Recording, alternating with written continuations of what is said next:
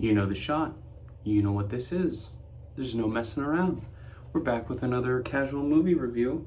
Today, I saw Nope, which is just one more in Jordan Peele's line of who's on first titles. I was really excited for it. I really tried to watch as little trailers as possible.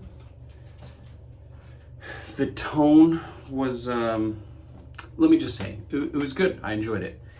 It was very weird, but in kind of a good way. I think it was one of those movies where it was maybe trying to be a little too symbolic at times. It was very, artistic, but not an unimaginably, it wasn't like it didn't bother the movie. It just, there's a lot of stuff in it where you're just kind of like, okay, Overall, my one criticism of that movie is that it really needed an editor. I don't know if that was a script editor or the actual editor for the cut, but that movie was, man, like a good 30 minutes too long, just in pacing. It dragged at certain times.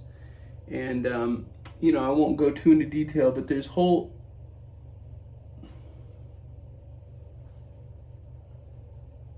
to get this contact out of my eye. Hang tight. Hold. There's whole sections of the movie. They spend a lot of time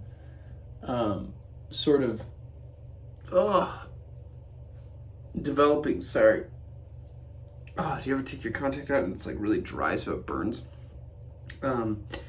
They spend a ton of time developing a character that really doesn't play too much in the story. It's cool, the story's cool, but you just sort of get this feeling. There's a lot of aspects of the movie where you just sort of feel like at the end you're kind of like, was that a waste of my time? Were those sections of the story a waste of my time? But I don't want to get too hung up or distracted on that, because what the movie did really well, I think, is more important than what were some of its weaknesses, in my opinion. I think what he does really well is he's good at telling unique kind of perspectives on the same story. I thought that it was a unique take on sort of the traditional alien UFO kind of route.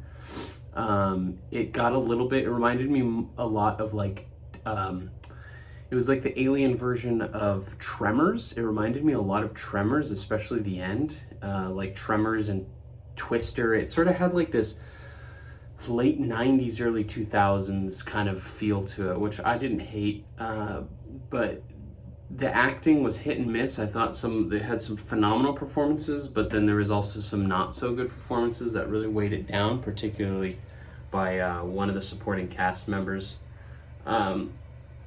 And I think what I took away was there's a lot of commentary on the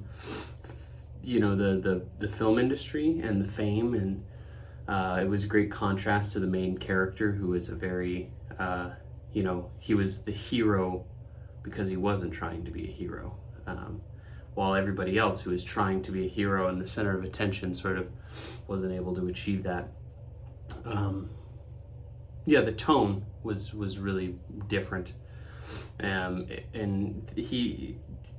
Jordan Peele does, I think, a really good job of balancing tone. He's kind of got that Korean touch where he's able to do something kind of spooky and then lighten it up with comedy and then get right back into being, suspenseful. And it's good. I think it's good. Whether or not you like the movie, I think it's worth seeing just because it's kind of different. So, anyways. Oh, I didn't even brush my teeth. Normally that's my thing, is I brush my teeth while doing it. Well, that probably gives you some of you guys the ick to watch someone brush my teeth. I actually, personally, up until a couple of years ago, I couldn't even be in the same room as someone brushing their teeth. So we're all growing. We're all growing.